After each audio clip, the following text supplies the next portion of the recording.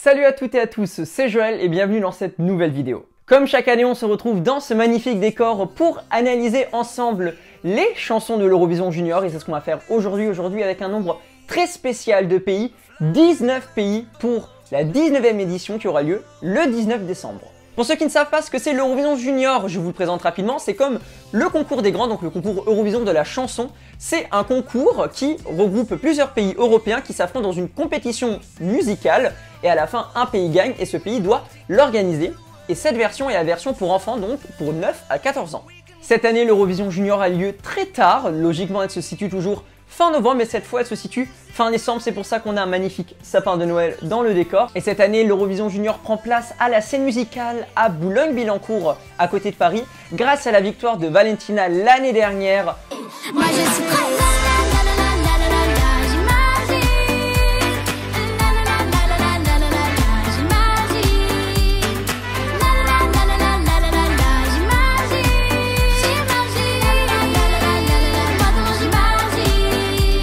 Et d'ailleurs maintenant extrait de moi qui découvre qu'on a gagné.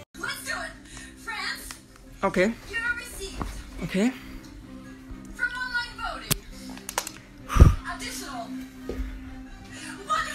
Oh putain, on a gagné! On a gagné! On a gagné! Putain! Enfin! Ah putain!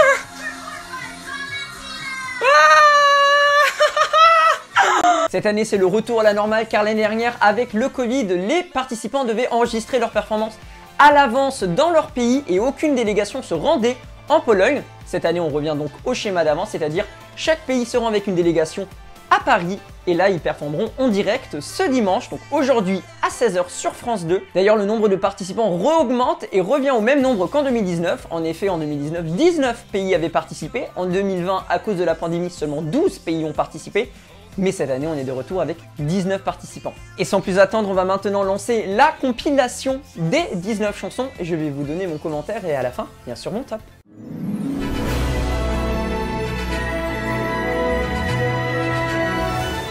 Première chanson, l'Allemagne, qui a participé pour la première fois l'année dernière, était arrivée dernière. Bon, c'est la faute du débutant. Cette année, de nouveau, elle ouvre le bal et c'est la meilleure chanson vu qu'elle s'appelle Imagine Us et le slogan c'est Imagine. Personnellement, c'est pas la chanson que j'aurais voulu voir gagner la sélection nationale. Je voulais voir gagner une chanson totalement en allemand. Mais finalement, après, quand ils l'ont remodifiée et qu'ils l'ont sortie, bah, je faisais que l'écouter. Je la trouve incroyable maintenant. Elle est dans mon top 5 assuré. Alors, la Géorgie. C'est incroyable. La Géorgie, à l'Eurovision Junior comme à l'Eurovision, c'est un pays qui envoie des chansons et on dirait que ils s'en fichent du résultat. Ils envoient des chansons, leur kiff, tous les styles musicaux. Et je trouve ça incroyable comment ils chantent. Et je sens que ça va beaucoup plaire au jury. Je sais pas pourquoi, il y a un truc qui va plaire au jury. La Pologne, avec Sarah James, comme chaque année, incroyable la Pologne. Depuis 2018, ils sont de retour dans le game. De nouveau, Shansa na Success, la sélection nationale. La chanson est incroyable. Elle a une prestance sur scène, une voix incroyable. Elle pourrait participer à l'Eurovision des grands. Même si je trouve que maintenant, ça fait un peu quand même beaucoup. Le même schéma, chaque année depuis 3 ans, le même schéma pour les chansons. Mais elle reste toujours incroyable, la chanson. Ah, Malte. Alors Malte, c'est comme pour l'année dernière, sauf que cette fois, je l'aime pas beaucoup. En tout cas, à la sélection nationale, c'était une catastrophe, je trouvais la chanson. Mais quand ils l'ont modifiée, qu'ils l'ont sortie après, bah, je l'ai beaucoup aimée. Et je me suis retrouvé à la chanter sans le vouloir. Je la trouve belle, comme celle de l'année dernière, mais pas incroyable non plus pour arriver dans mon top 10. C'est un peu dommage ça. Oh bah l'Italie, on n'aurait peut-être pas trouvé une petite inspiration auprès de Måneskin qui a gagné l'Eurovision des grands. Bah écoutez, c'est du rock italien, enfin c'est du rock en italien. J'aime pas beaucoup ce style de rock, mais la chanson elle passe. Hein. Beaucoup de gens l'aiment beaucoup. Moi je trouve rien d'incroyable, comme au début pour Måneskin, mais cette fois je trouve rien d'incroyable. Voilà. La Bulgarie, dernière participation en 2016 et enfin de retour cette année avec une magnifique chanson. Un peu dans le style Disney, bah du coup un peu féerique. C'est dommage parce que je l'aime beaucoup, il y a beaucoup trop de bonnes chansons cette année, mais il faut qu'une chanson arrive dernière et ça me ferait vraiment mal parce que c'est elle qui est dernière dans mon classement, c'est un peu mal. Ah, la Russie avec Tania Mentsetseva. Alors, elle a participé déjà en 2019 en duo et a fait le pire classement pour la Russie. Et avec cette chanson, ça ne sera pas le pire classement. C'est un top 3 assuré, moi je vais vous dire. Je la trouve incroyable. Le rythme, la chanson, le thème, Et le clip est aussi magnifique avec les danses traditionnelles russes.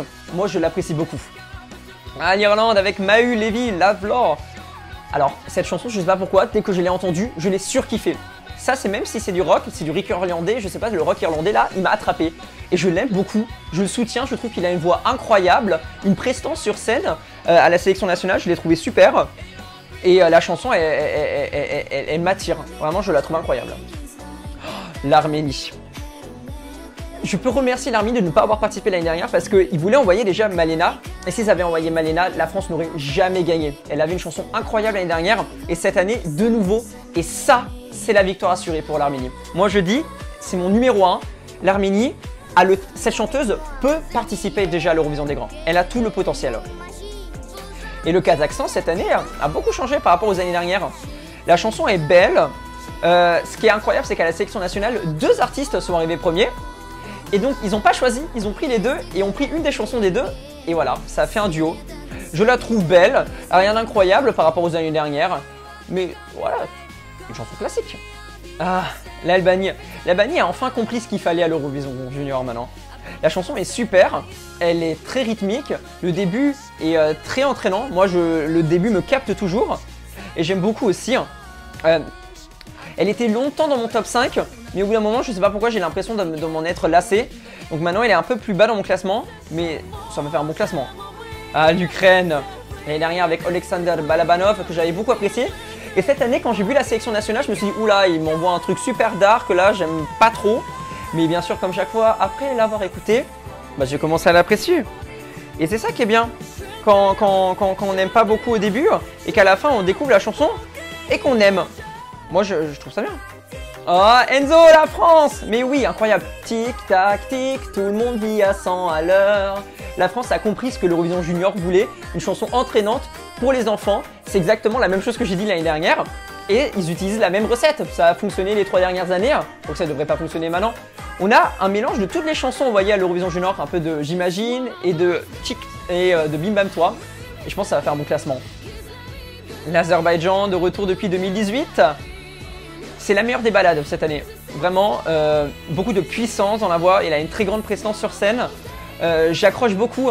Je la trouve très belle comme chanson.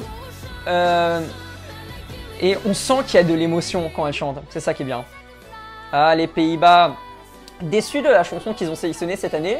Comme l'année dernière, j'ai suivi le Junior Song Festival, la sélection nationale, et je voulais que ce soit un autre groupe qui gagne, sauf que le groupe ressemblait un peu au groupe qu'ils avaient envoyé l'année dernière. Enfin bref, c'est pas la chanson que je voulais voir gagner. Et pour la première fois, les Pays-Bas ne sont pas dans mon top 5 et pas dans mon top 10 aussi. Donc ça me fait un peu mal ça. L'Espagne, oui, avec Rey, avec Levy et Diaz qui envoient Rey. La chanson, je la trouve incroyable. Elle m'a accroché dès le début. Je sais pas, quelque chose, on sent cette ambiance de fête, d'été.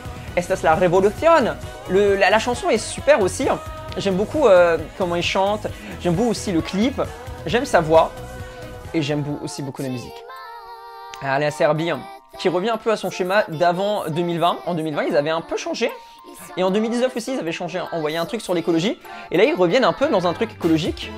Enfin, la chanson, elle parle des enfants et de l'avenir et de la génération future. D'ailleurs, si on fait gaffe, où ils tournent le clip, c'est le même qu'en 2019.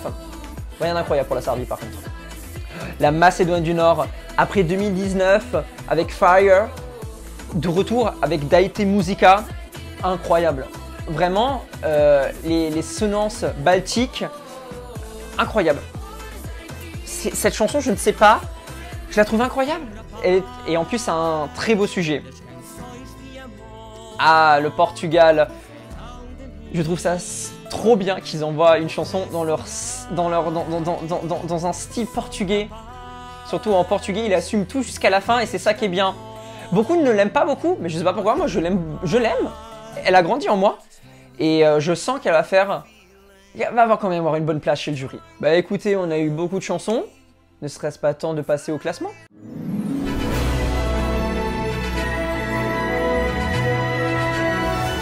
Alors mon classement, vous le voyez affiché maintenant à l'écran, vous avez les places 19 à 11.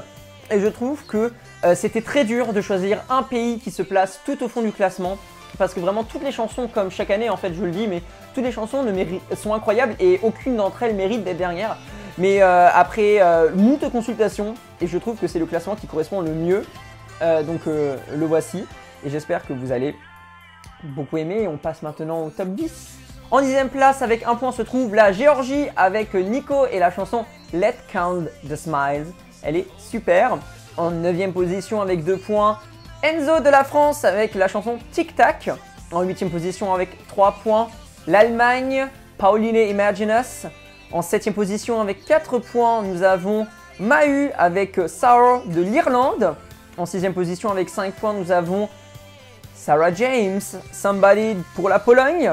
En 5e position, on a l'Azerbaïdjan avec 6 points. En 4e position, nous avons Tania pour la Russie avec 7 points. Et on arrive dans le top 3, les 8, 10 et 12 points. Mes 8 points cette année vont à Levi Diaz de l'Espagne. Mes 10 points vont à Daite Musica de la Macédoine du Nord. Et mes 12 points, my 12 points, vont à Malena de l'Arménie. Félicitations, cette année, c'est l'Arménie pour moi qui remporte l'Eurovision Junior. Qui est votre gagnant? N'hésitez pas à me l'écrire dans les commentaires. Et si vous ne savez pas pour qui voter et que vous voulez voir encore à quoi cela va ressembler sur scène, allumez France 2 cet après-midi, 16 h. Donc dans 4 heures, vous vous mettez devant France 2 et vous allez avoir l'Eurovision Junior en direct, commenté par Laurence Boccolini et Stéphane Bern. Pour ma part, moi je serai dans la scène musicale et j'assisterai à l'événement en direct.